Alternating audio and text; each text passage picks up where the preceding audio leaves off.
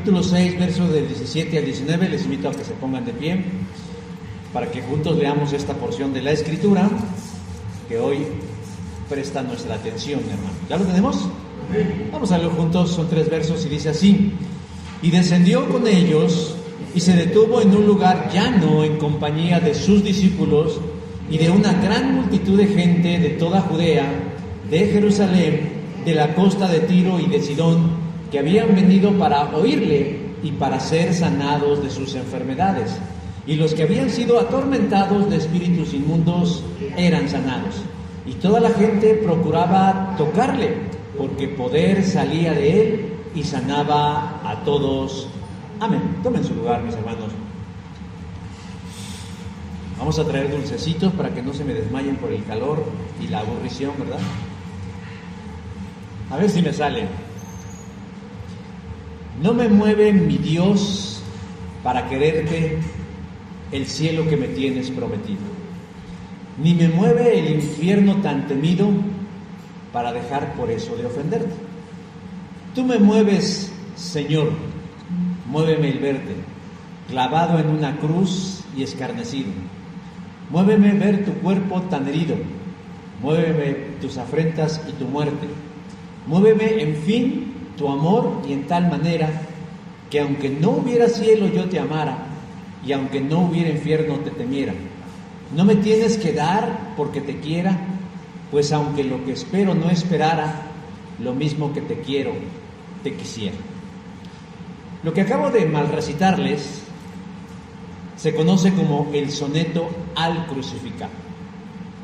Y el soneto al crucificado es una joya de la poesía española, cuyo autor a ciencia cierta es desconocido, aunque se le atribuye tanto a Santa Teresa como a Fray Miguel de Guevara, ambos religiosos devotos. No obstante, el tema del soneto son fundamentales, porque habla de la lealtad, de la entrega, el compromiso y la fe. Pero hay algo que sobresale en el soneto al crucificado, y es la incondicionalidad o el amor desinteresado, porque lo que el autor dice que lo que lo mueve a Jesús no es la promesa de un cielo y tampoco es el escape de un infierno, sino lo que a él lo mueve a amar, servir y adorar a Dios es solo la persona de Jesucristo.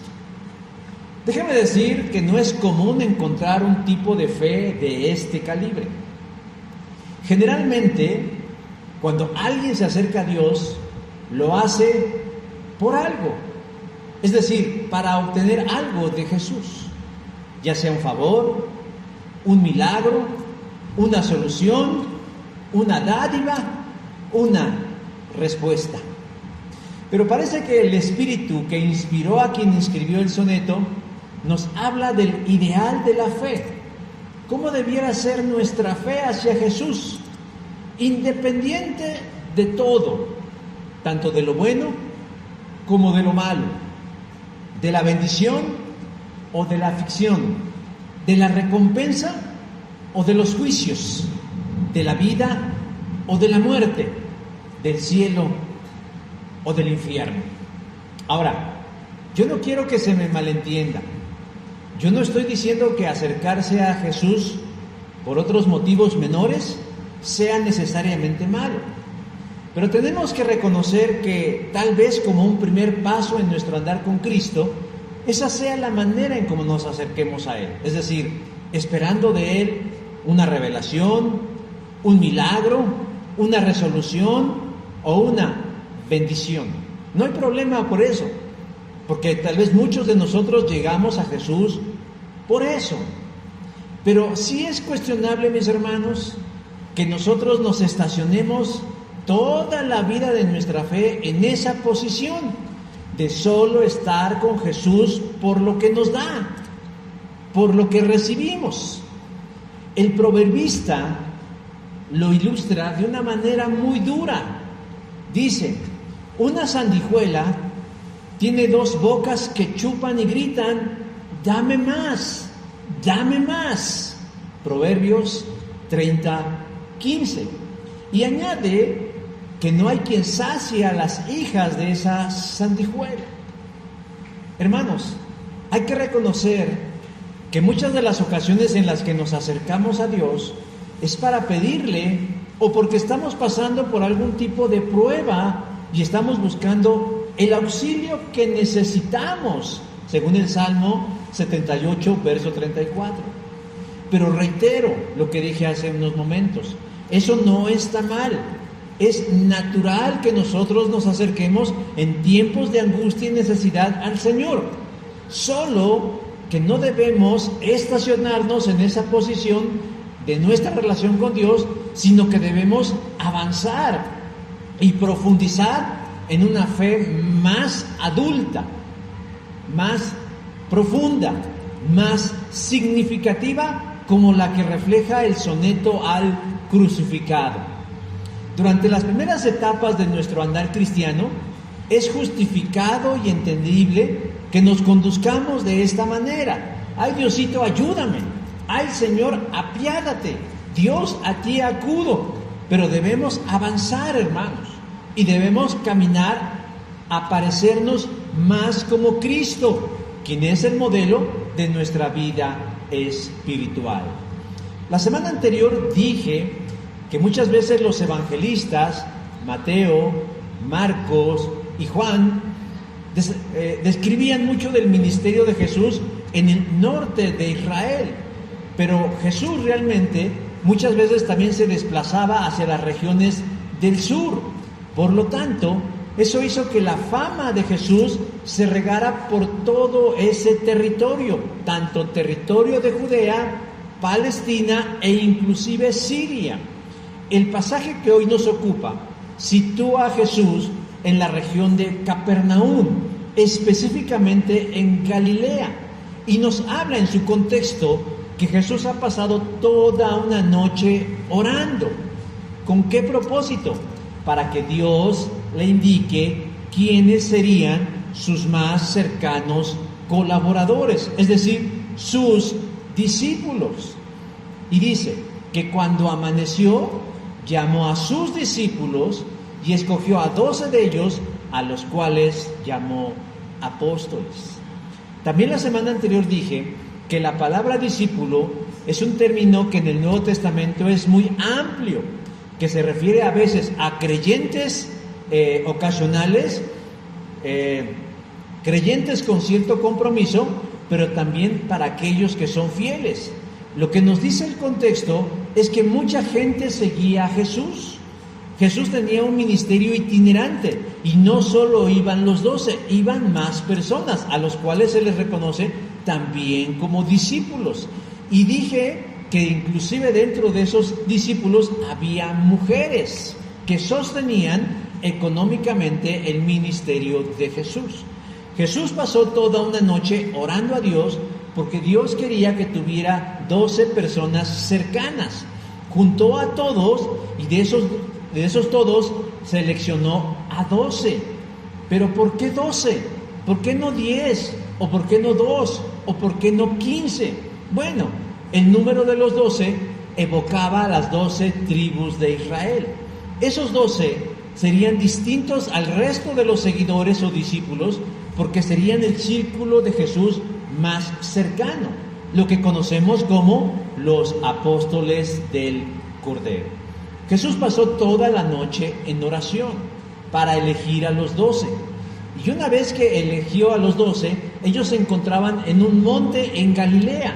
Resuelto el asunto, con su nuevo séquito de 12, dice el versículo 17 de Lucas 6, que bajaron de la montaña y se fueron a una llanura. Y yo quiero que no pierdan detalle. Bajaron de una montaña y se ubicaron en una llanura. Y en esa llanura dice que los esperaban una gran multitud de gente de toda Judea, de Jerusalén y de las costas de Sidón y de Tiro. Hermanos, esta especificación que hace Lucas es importante porque nos habla de la trascendencia del ministerio de Jesús. que ya no únicamente se circunscribía a Capernaum, que era como su sede, sino que a regiones de Judea hacia el sur y hacia el norte, en las regiones gentiles de Tiro y de Sidón. Y lo curioso es que la gente de todas esas regiones se desplazaba, se movilizaba buscando a Cristo. Buscando a Cristo. O sea, la gente del sur dejaba su trabajo y lo que tenía que hacer por ir a Capernaum para ver a Cristo. Y la gente del norte bajaba hacia el sur en Capernaum para ver a Cristo, sean judíos o gentiles. Y entonces surge una pregunta fundamental que hoy queremos contestar. ¿Para qué buscan a Jesús? ¿Para qué están buscando a Jesús? ¿Qué quieren de Jesús? Y el texto nos da dos respuestas de por qué están buscando a Jesús. Pero hay una tercera, hermanos, que no viene del texto, pero que se desarrolla en el contexto del Nuevo Testamento. Permítanme primero dar las dos respuestas a la pregunta de por qué buscan a Jesús a la luz de este pasaje, para que entendamos por qué debemos nosotros de manera precisa buscar al Señor. La primera respuesta a la pregunta es ¿por qué busca la gente a Jesús? El verso 17 nos dice que la gente busca a Jesús para saber de Él. Dice, habían venido para oírlo. Mucha de la gente que estaba reunida en el llano de Galilea fue a escuchar hablar a Jesús. Ya dije que la fama y el peso de Jesús había trascendido regiones, provincias, localidades, fronteras, tanto geográficas, sociales y espirituales.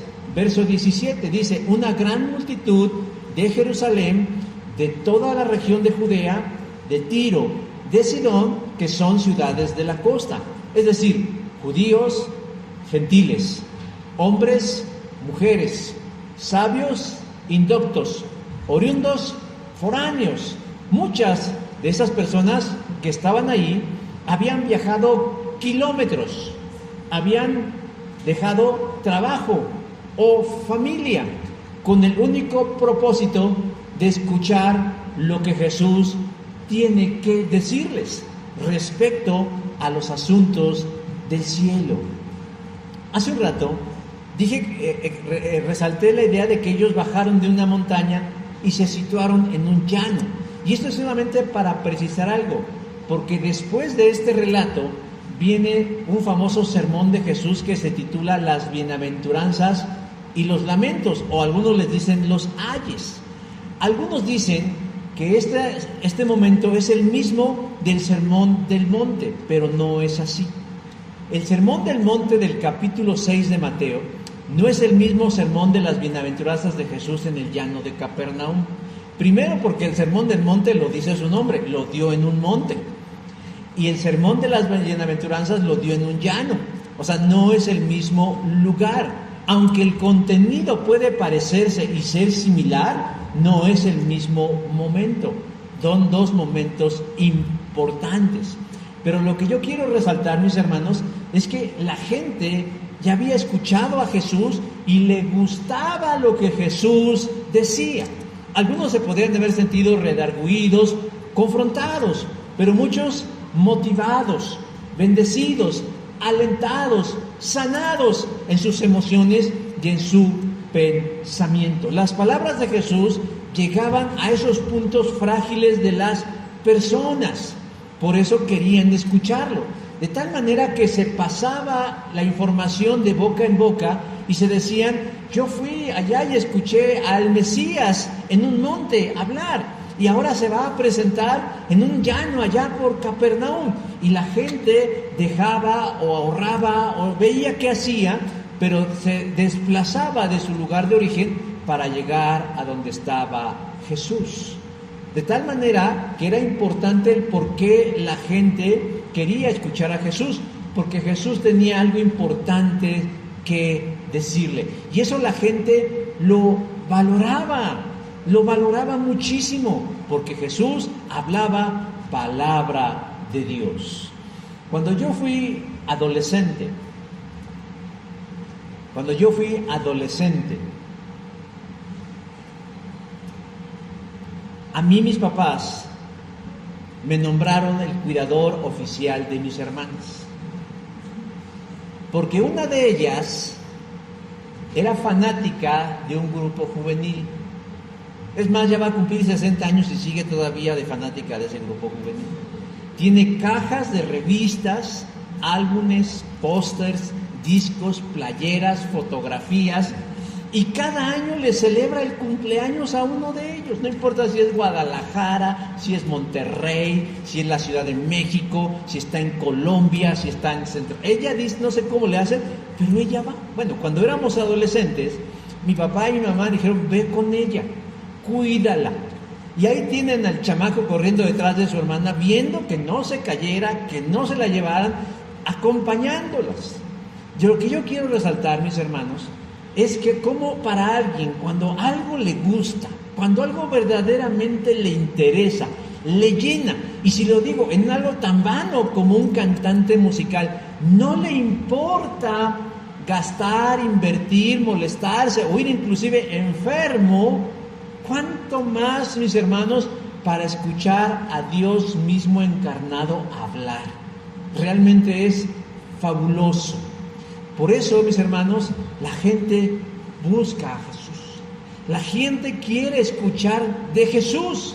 La gente quiere escuchar la voz de Dios, como aquel que dijo voz de Dios y no de hombre. Ahora, esto está bien, está perfecto que la gente busque a Jesús por lo que Jesús quiera decirle. Yo necesito una palabra de esperanza. Yo necesito una palabra de aliento. Yo necesito una palabra de dirección. Yo necesito simplemente saber que Dios me ama y está bien. ¿Sabe cuál es el asegún de solamente querer escuchar a Jesús? El no hacer nada al respecto con lo que Jesús me está diciendo. Porque podemos sentir gran gozo y deleite escuchando a Jesús, leyendo su palabra o viendo la película de Jesús y sentir que el corazón se nos revienta de alegría y de gozo, pero si eso no transforma mi vida, no cambia mi ser interior y no se refleja hacia el mundo alrededor, hermanos, no sirve de mucho. Más adelante el mismo Lucas nos narra un ejemplo interesante de que escuchar a Jesús solamente sea suficiente. Herodes, conocido como el tetrarca, no Herodes el Grande. Herodes el Grande fue el que mandó matar a todos los niños menores de 2 años para así garantizarse que el niño rey que había nacido muriera, según Mateo 2, versículo 16. No. Herodes el tetrarca era el gobernante del tiempo de Jesús y era una muy mala persona, igual o peor que su padre, porque dentro de las linduras que hacía Herodes el tetrarca fue robarle la mujer a su hermano Felipe. Es decir, le dio bajón con la mujer, con Herodías, se la llevó y vivían en adulterio. Pero el angelito tenía una fascinación por las mujeres y ya le estaba echando el ojo a la hija de Felipe, es decir, a su propia sobrina, quien le pidió la cabeza de Juan el Bautista. Y dentro de esas linduras, muchas más, Herodes hacía atrocidades. Bueno, pues déjeme decir que Herodes tenía en cierta estima a Juan el Bautista, pero como dirían, para esas estimaciones mejor nadota, ¿verdad? Porque dice Marcos capítulo 6, versículo 20, que a Herodes le gustaba escuchar a Juan. Otras versiones de la Biblia dicen que lo escuchaba de buena gana. ¿De qué le hablaba Juan a Herodes? ¿De fútbol? ¿De autos? ¿De mujeres? ¿Del clima? No, él le hablaba del reino de Dios, él le hablaba del Mesías, él le hablaba del arrepentimiento, él le hablaba de las cosas del cielo, porque Herodes tenía una vena judía. No era propiamente o 100% judío, pero tenía un origen judío y le gustaba escuchar. Pero díganme, ¿de qué le sirvió escuchar a Juan el Bautista hablar acerca del reino de Dios si eso no incidió en su conducta, en su pensamiento, en su manera de vivir? Al contrario, aunque sintió algo de remordimiento por mandarle cortar la cabeza a aquel que le gustaba escuchar, eso no le impidió cortarle la cabeza a Juan y presentársela en un plato a la mujer que él le interesaba. Pero Herodes no solo escuchó a Juan, sino también escuchó a Jesús. Lucas capítulo 9 versículo 7 dice: Herodes el tetrarca oyó de todas las cosas que Jesús hacía y estaba perplejo. O sea, se sorprendía. Decía: wow, este Jesús es otra cosa, es otro nivel. Estaba sorprendido, pero su vida siguió siendo la misma. ¿Cambió? Cuando usted y yo muramos y nos vayamos a la gloria, ¿usted cree que en esa multitud se va a encontrar a Herodes, el tetrarca? Pues desde luego que no. Pero escuchó a Jesús, escuchó del reino. O sea, está bien, mis hermanos, querer escuchar del reino. Está bien querer escuchar, porque la fe viene por el oír y el oír la palabra de Dios. Pero escuchar solamente y no hacer nada en relación a lo que oímos, pues prácticamente no es suficiente. Lucas, cuando se refiere a oír, utiliza la palabra griega akouo, que no significa únicamente escuchar como quien oye. Por ejemplo, nosotros ahorita estamos escuchando los ventiladores, pero no les estamos poniendo atención. De pronto podemos escuchar que a la lejanía ladra un perro, podemos escuchar que por allá viene el de los tamales, pero no estamos atentos, pero los estamos escuchando. La palabra que utiliza Lucas no únicamente significa oír por oír, sino poner atención, y conlleva una acción o respuesta al escuchar, que es la obediencia. De tal manera que sí hubo gente ahí que escuchó a Jesús y cambió, pero también reconocer que hubo gente que allí escuchó a Jesús y su vida siguió siendo la misma. Hoy en día yo creo que el evangelismo pasa por una enorme crisis, y no por el evangelismo en sí mismo, sino por el mundo que tiene los oídos más costrudos que nunca.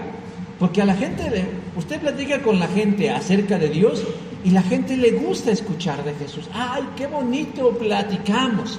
Me gusta escuchar de Jesús. Por ejemplo, mi esposa les comparte a muchas personas no creyentes los devocionales del hermano Constantino Varas de Valdés y le dan las gracias. Gracias porque está bien bonito. Gracias porque me ayudan. Gracias porque me animan. Pero hay un resultado en su condición de pecadores y de perdidos y de condenados delante del Señor. No, ¿por qué? Porque únicamente están escuchando a Jesús. Y lo mismo puede pasar en la iglesia. Hay mucha gente que aquí viene a la iglesia a escuchar de Dios. Ah, perfecto, lo aplaudimos y nos gozamos. Pero eso que escuchas debe llevar la característica, no únicamente de guardarlo en el archivo de tus recuerdos o de las cosas gratas, sino debe obrar en ti un cambio significativo. Oír una verdad revelada acerca de Dios debe traer no solo un contentamiento auditivo, porque si no nos sirve, debe acercarnos más a Dios con la firme intención de hacernos personas obedientes. ¿Por qué busca la gente a Jesús? Para oírlo, pero ¿realmente quiere oírlo para cambiar su vida o solo quiere oírlo para sentir satisfacción?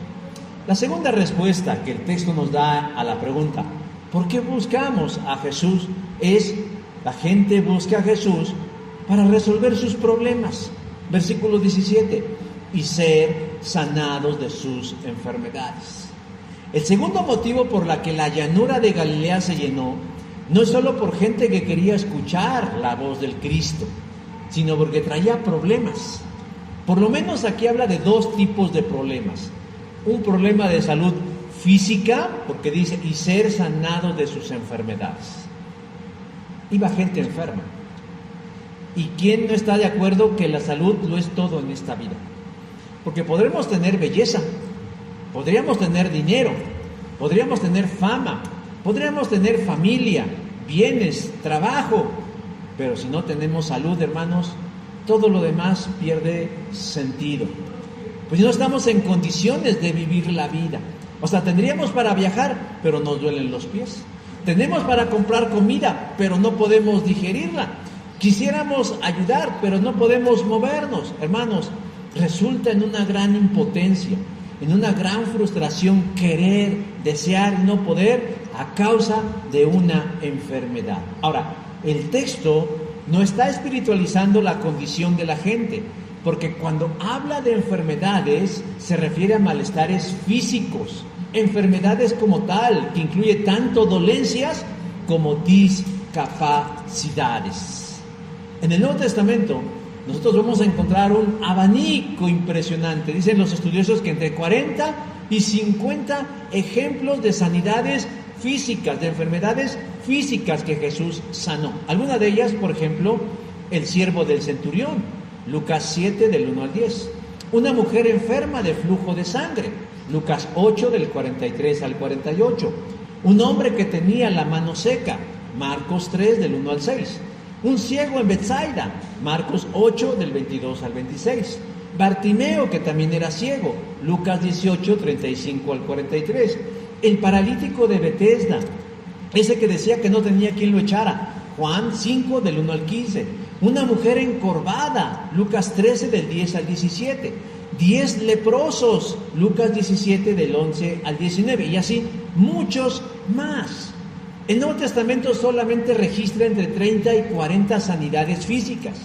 Pero si le creemos a Juan el Evangelista, que dice que Jesús hizo tantas cosas, tantísimas, que no alcanzarían los libros por escribirse de ellas, tenemos que pensar que mucha gente enferma fue sanada por Jesús. Y fueron tanto judíos como gentiles. Y la gente que recibía esa salud de parte de Jesús, iba y compartía. Les decía, a mí me sanó Jesús. Y obviamente, nuevamente se fue pasando la voz. Y la gente enferma veía en Jesús una oportunidad de vida, de recuperar la salud si la había perdido, o de tenerla por primera vez si había nacido sin ella. La teología pentecostal afirma que todas las enfermedades son de origen espiritual, es decir, que se le atribuyen a demonios o espíritus inmundos. Pero me disculpan, pero no es así. Sí tiene un origen espiritual, sí tiene un origen espiritual. Porque cuando el pecado entró allá en el huerto del Edén, según Génesis 3, la garantía de una vida saludable se rompió. Les voy a dejar una pregunta para que la piensen. Y la siguiente semana me dan sus respuestas. ¿El ser humano en el Edén era inmortal? ¿El ser humano en el Edén era inmortal? Ahí piénsenlo, no lo digan de bote pronto. La respuesta la damos en 8 días. Si el ser humano en el Edén, antes del pecado, era inmortal. Bueno, lo cierto ahorita que estamos diciendo es que gozaba de salud. Y cuando entra el pecado, eso se rompe. Y la garantía, hermanos, de una vida sana se terminó. Y entonces las enfermedades comenzaron a aparecer. Y que ya me duele aquí, que ya me duele acá, que ya me duele acá, que ya me duelen las pestañas, que ya me duelen las orejas. Bueno, ya todo le dolía a la gente, hasta el aire que le rodeaba le dolía. Otro motivo que llevó a esa multitud a buscar a Jesús para resolverle sus problemas, aparte de los problemas de salud física, eran los problemas de índole espiritual. Esos que se originaban por entidades malignas, posesiones propiamente hechas por demonios, dice versículo 18, y los que habían sido atormentados de espíritus inmundos. Jesús también dentro de su ministerio terrenal, echó fuera de las personas atormentadas a esos espíritus inmundos. Por ejemplo, él o los endemoniados gadarenos, Mateo 8, del 28 al 34. La hija de una mujer sirofenicia, Marcos 7, del 24 al 30. Un muchacho que sufría convulsiones y que el demonio lo arrojaba en la lumbre para matarlo, Mateo 17, del 14 al 20. O el caso de un hombre que no podía hablar porque tenía un espíritu que ataba sus cuerdas vocales, Mateo 9, 32 al 34. Y así muchos otros más. Esto también trascendió, mis hermanos. Esto también trascendió y llegó a personas que estaban buscando respuestas y soluciones. Y fueron de los que llenaron ese llano en Capernaum esperando libertad. Y la encontraron, porque dice al final del versículo 18, dice, ¿y eran qué? Sanados. Igual que los que estaban enfermos de lo que fuera, físicamente eran sanados. Eran sanados. Ahora, a mí me llama la atención algo, porque haciendo un análisis del texto en griego, yo me encuentro que las dos ocasiones en donde los enfermos de valga la redundancia, los enfermos de enfermedades físicas fueron sanados y los atormentados por espíritus inmundos fueron sanados, las dos palabras que utilizan, aiomai y terapeuo, tiene que ver con un momento. No utilizan la palabra sosó, que también significa sanado, pero que implica salvación. De tal manera que esas personas fueron a Jesús para que les resolviera un problema de salud, ya sea física o espiritual. ¿Obtuvieron su sanidad física y espiritual? Sí, el texto lo dice. Pero no obtuvieron su salvación, porque no iban a eso. A mí me duele la rodilla y yo quiero que me sanes. Jesús, usted sanó la rodilla. Bueno, era tan grande el poder del Señor, que en el verso 19 dice que la gente procuraba tocarle. ¿Por qué? Porque de Jesús emanaba poder. En otro momento de los evangelios vamos a encontrar a una mujer enferma de flujo que ni siquiera tuvo la necesidad de expresarle en primera instancia a Jesús cuál era su problema. Simplemente dicen que tocó el borde de su manto y quedó sanada. Claro, Jesús se dio cuenta, ¿no? Pero a lo que yo voy con esto, mis hermanos, es que esta gente había ido a buscar a Jesús para que le resolviera un problema, tanto físico como espiritual, de sanidad. Y la recibieron. Pero la condición ante Dios de perdidos o pecadores estaba exactamente igual. Jesús los sanó, pero no los salvó. Y no porque Él no quisiera, sino porque no iban a eso. Ese no era el propósito principal. Ellos tenían una circunstancia momentánea que necesitaba una solución instantánea. Y hoy en día, mis hermanos, la gente está así. Inclusive los creyentes. Buscamos a Jesús para que nos resuelva los problemas. Mi problema. Y a lo mejor mi problema de hoy es más grave o tiene raíces más profundas. Pero yo solo quiero que el Señor me resuelva hoy mi problema. Mi problema de mi mala relación en mi matrimonio, mi relación con mis hijos, mi problema económico. Por ejemplo, en una ocasión, en una fiesta, estaban los novios y ¿qué creen? Se terminó el vino, se acabó el vino y eso implicaba casi una tragedia para los novios y para los organizadores de la fiesta. Y María, la madre de Jesús, busca a Cristo para que le resuelva el problema. Y Jesús resolvió el problema. Obró un milagro, según Juan, capítulo 2, versos del 1 al 8. De hecho, fue su primer milagro. Transformó unas tinajas de agua en jugo de uva. ¿No, verdad? En vino. ¿O qué pasó cuando Pedro estuvo toda la noche intentando pescar algo sin lograrlo? Fue Jesús quien le ayudó con su problema. Hizo que tuviera una pesca milagrosa, que inclusive las redes se rompieran de la abundancia de peces que pescó, según Lucas capítulo 5, del 1 al 11. O cuando sus discípulos iban en una barca, atravesando precisamente el mar de Galilea, y de pronto se cirnió sobre ellos una gran tormenta, y entonces estaban a punto de ahogarse. clamaron al Señor. Y el Señor se apareció, según Mateo 8, del 23 al 27. ¿Y qué hizo? Los salvó.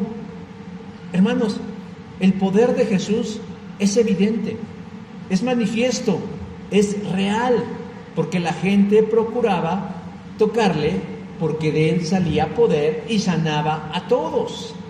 Ahora, ¿por qué Jesús sanaba? Porque Jesús es Dios. Nicodemo lo reconoció. Las señales y milagros que hace son prueba de que Dios está contigo. Juan capítulo 3, versículo 2. Jesús tiene tanto poder, mis hermanos, que no solo puede sanar un catarro o echar fuera demonios, sino inclusive tiene el poder de devolver la vida, porque resucitó a la hija de Jairo, según Marcos 5:41. Resucitó al hijo de una viuda en Naín, según Lucas 7:14. Porque resucitó a Lázaro, su amigo, según Juan 11:38. Y el culmen de su poder fue su propia resurrección. Hermanos, la gente está buscando a Jesús para que le resuelva sus problemas, y no hay problema con eso. Jesús está dispuesto, Jesús está abierto a resolver tu problema, cualquiera que éste sea, de la naturaleza, de la magnitud que éste sea. Pero eso, mis hermanos, sobre todo para el incrédulo, no es garantía de salvación. Porque a veces oramos por la señora fulana, por la vecina sutana, por el amigo perengano, y terminan sanándose, curándose. Algún día voy a ir a tu iglesia a dar gracias. ¿Y el día que se acabe el mundo, ¿de qué te sirvió que te curaran las tripas si no te curaste el alma salvándote con Jesús? Hermanos, la gente está buscando a Jesús. ¿Para qué? Para oírlo, para saber de Él. La gente está buscando a Jesús, ¿para qué? Para que le resuelva sus problemas. Estoy enfermo, no tengo dinero, tengo problemas en mi casa. Bueno, está bien. Pero entonces viene el tercer punto. ¿Por qué la gente sí debería buscar a Jesús? Y es precisamente Lucas quien dice, porque el Hijo del Hombre vino a buscar y a salvar lo que se había perdido. Yo no estoy descalificando a la gente que busca a Jesús para aprender algo de Él, qué bueno. Puede ser una semilla que fructifique. Y tampoco estoy descalificando a la gente que está buscando a Jesús para resolver un problema. Pero de esos debe verse como un primer paso, un primer gran paso. Pero si solamente buscamos a Jesús para que atienda los asuntos temporales de esta vida y nada más, hermanos, se están perdiendo de lo más importante. En otro momento Jesús cuestionó las motivaciones de muchos de los que le seguían, porque Jesús no es tonto, Mucha gente cree que Jesús es tonto. No lo dicen ni lo piensan con esa conciencia, pero actúan como si Jesús fuera un tonto. ¿Jesús sanó a todos esos? Sí. ¿Jesús liberó a todos esos? Sí. ¿Jesús dijo lo que ellos querían? Sí. Pero en otro momento Jesús cuestionó las motivaciones de muchos de los que le seguían. Y es Juan el evangelista quien lo registró en su evangelio. Un día una multitud, tal vez otra, que lo seguía, empezaron a buscar porque no lo encontraban. ¿Dónde está Jesús? ¿Dónde está Jesús? Según Juan 6:25. Y cuando lo encontraron, todavía le preguntaron, Señor, ¿qué haces aquí? Casi, ¿por qué te estás escondiendo? En estos días estaba viendo yo un video de un actor de cine que de pronto alguien lo grabó porque estaba en un restaurante comiendo.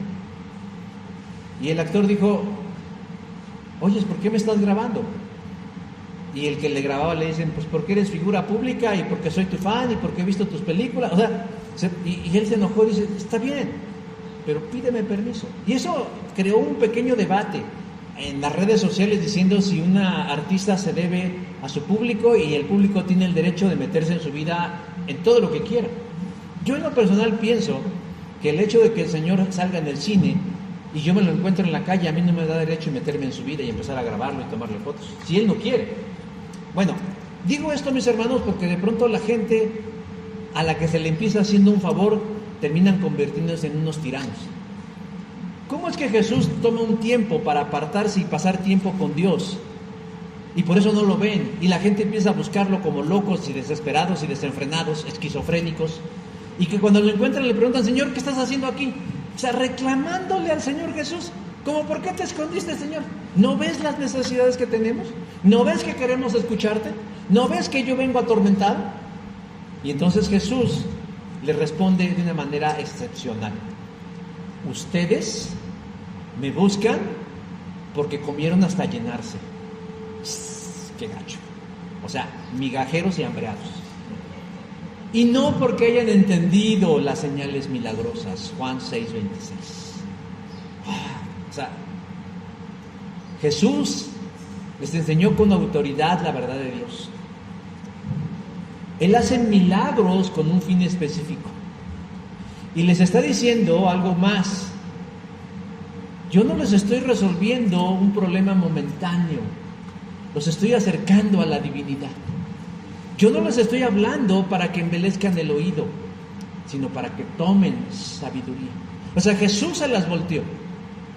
Pese a que habían sido sanados, aunque habían sido alimentados, todavía no entendían la naturaleza de Jesús. Si no se convertían a Él con fe y fidelidad, no servía de nada. Verso 29 dice del capítulo 6 de Juan, dice, y lo único que Dios quiere, y así lo dice, y lo único que Dios quiere es que crean en mí, que soy a quien Él envió. Juan 6, 29. ¿Por qué queremos? ¿Por qué quiere Dios que lo oigamos? Porque Dios quiere que creamos en Él. ¿Por qué me sana Jesús? Porque quiere que yo crea en Él. ¿Por qué me resuelve mis problemas? Porque Jesús quiere que yo crea en Él. Porque el Hijo del Hombre vino a buscar y a salvar lo que se había perdido. Porque en realidad no somos nosotros los que hemos estado buscando a Dios, sino porque Él nos ha estado buscando a nosotros. Pero si nuestra eternidad pende, hermanos, de un hilo y no se resuelve, por más sanidades que recibamos, por más enseñanza que escuchemos y por más alimento que tengamos, la gente irá a pasar su eternidad en la oscuridad del infierno. Y Dios no quiere eso. Él no nos creó para que muramos en la eternidad, sino para que estemos con Él. Todo lo que Jesús hizo, todas las molestias que se tomó, no es para que alguien gane un concurso de música, no es para que los Pumas ganen el campeonato, no es para que yo tenga para pagar una pantalla, no es para que a mí no me duelan las rodillas. ¿El Señor puede hacer eso? Claro que el Señor puede hacer eso, pero Él no murió por eso, hermanos. Él se tomó la molestia de encarnarse, de ser crucificado y de resucitar para nuestro beneficio eterno, para nuestro beneficio eterno. Volviendo a este diálogo que Jesús tiene con esa multitud ingrata, después de que les dice eso, esa multitud le dice, bueno, danos una señal para creer en ti. Porque después de todo lo que les he enseñado, todavía pedían una señal. Y Jesús empieza a explicarle de manera alegórica aquella figura del Antiguo Testamento en donde habló del maná, donde dice que el maná, que era pan de Dios, descendió por voluntad del Padre para salvar al pueblo del hambre en el desierto. Y que ahora Jesús es ese mismo pan del cielo que Dios ha enviado de manera simbólica para que todo aquel que coma de Él tenga vida eterna, y yo le resucitaré en el último día. Versículo 40. Esto, hermanos, les hizo mucho ruido a los oyentes y terminaron decantándose diciendo, tu enseñanza es difícil, ¿quién puede aceptarla? Y a partir de ese momento, dice versículo 66, muchos de los que habían seguido a Jesús lo dejaron y ya no andaban con Él. O sea, Jesús puso los puntos sobre las íes. ¿Por qué estás aquí? ¿Por qué me buscas? ¿Qué estás esperando de mí? ¿Una sanidad? Órale, ahí va. ¿Que te resuelva un problema? Órale. ¿Escuchar una gran verdad? Órale. Pero todo eso lleva el propósito de creer en Jesús. Pero si yo estoy recibiendo sanidades, bendiciones y enseñanza, pero mi vida no cambia, Entonces, como Jesús, tú solo estás aquí por lo que recibes y no por lo que yo soy, no por lo que represento y no por lo que en realidad vine a hacer, que es salvar tu alma, creer en mí y caminar conmigo. Hermanos, Jesús los confrontó, porque creer es mucho más que estar de acuerdo. A mucha de la gente que se le comparte cree en Jesús. O sea, sí, estoy de acuerdo, Jesús es el Hijo de Dios. Y luego, pero es un compromiso con Él. Como en un matrimonio es un pacto con Él de fidelidad, de lealtad, de obediencia, de amor. Porque lo que está en juego no es a la iglesia a la que vas, no es el tipo de alabanza que elevas, no son los sacramentos de tu iglesia, es tu alma lo que está en juego. A mucha gente le gustan las enseñanzas de Jesús. A mucha gente quiere recibir sanidades de Jesús. Pero si no cree para salvación en Jesús y le entrega su vida, esa persona todavía está perdida. Esa persona todavía necesita de Cristo y todavía necesita bajar la guardia a su orgullo para ser salvo. Sus apóstoles, sus discípulos más cercanos, sí habían entendido todo. Por eso no se equivocó el Señor a elegirlos. Después de que, pues no voy a decir que corrió, pero les puso en claro a estos la razón de sus demandas, Jesús se volteó a ellos y les dijo: ¿y ustedes también quieren irse? Juan 6, versículo 67. ¿Ustedes también quieren irse? A Jesús no le tembló la mano como a muchos pastores. ¿Qué voy a hacer si se me va la gente? ¿Ustedes también quieren irse?, les dijo Jesús. Y la prueba, hermanos, de que ellos habían comprendido la naturaleza y la trascendencia de la misión de Cristo fue su respuesta: Señor, ¿a quién iremos? Tú tienes palabra de vida eterna. Pedro, siendo la voz representante de todos, hizo una declaración contundente de fe. Nosotros ya hemos creído y sabemos que tú eres el Santo de Dios. Y Jesús se agradó con eso. Hermanos, el fin de la iglesia es atraer a las personas a Cristo para que resuelvan su situación más apremiante. No hay que contentarnos con que oigan o sean sanadas, sino con que la gente sea salva. Aunque eso es responsabilidad de cada quien. Aquí cada quien hace su parte. La iglesia hace la suya, Dios la que corresponde, y al incrédulo le corresponde hacer lo propio. Pero lo cierto, hermanos, es que nuestra fe tiene que caminar a ser una fe como la de aquel que se expresó en el soneto al crucificado: Señor, Señor Dios, no me mueve mi Dios para quererte el cielo que me tienes prometido, ni me mueve el infierno tan temido para dejar por eso de ofenderte. Tú me mueves, Señor, muéveme el verte clavado en una cruz y escarnecido, muéveme ver tu cuerpo tan herido, muéveme tus afrentas y tu muerte, muéveme en fin tu amor, y en tal manera que aunque no hubiera cielo yo te amara, y aunque no hubiera infierno te temiera. No me tienes que dar porque te quiera, porque aunque lo que espero no esperara, lo mismo que te quiero, te quisiera. ¿Usted seguiría creyendo en Jesús aunque Jesús no lo sane? Aunque Jesús no le dé de comer, aunque Jesús no le resuelva su problema, aunque se quede solo, aunque todo el mundo lo rechace. Esa es la prueba de fe. La gente está buscando a Jesús. ¿Pero por qué está buscando a Jesús? ¿Para qué? ¿Para ser salvos? Les voy a decir algo, rara es el alma que está buscando a Jesús para ser salvo.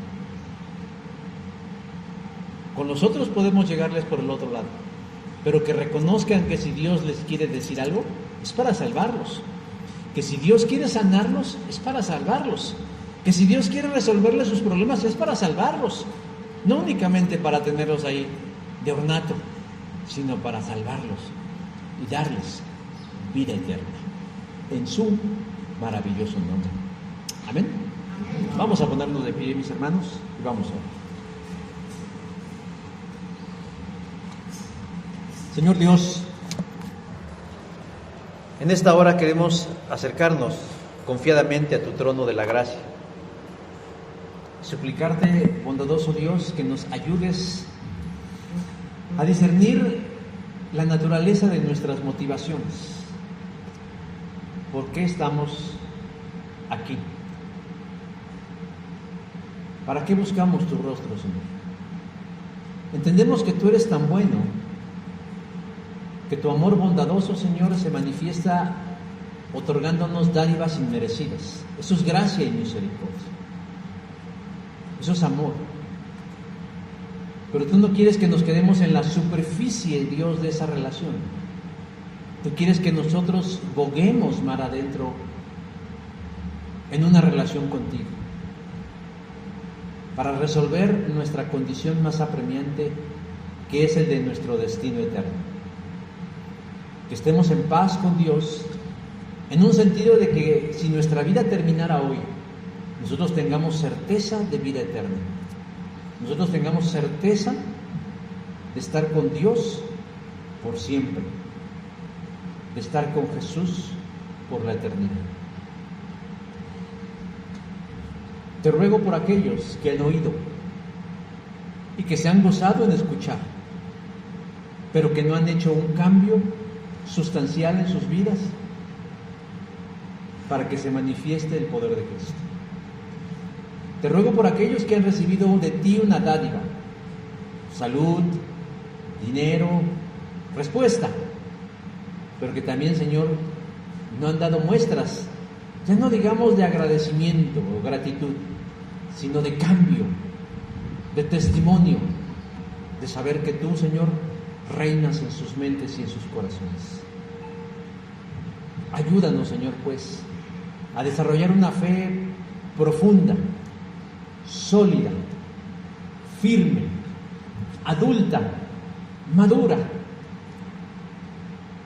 que descanse únicamente en la persona de Cristo, más allá de si merecemos o no, si recibimos o no, o si te place, Señor, respondernos o no. Que nuestra confianza no disminuya nunca, sino que se mantenga siempre esperando lo mejor de ti. Te bendecimos, Señor, hoy y siempre. Te glorificamos y te exaltamos, porque sabemos que tú eres Rey y Señor por sobre todas las cosas. Gracias, Señor Jesús. En tu nombre hermoso oramos. Amén.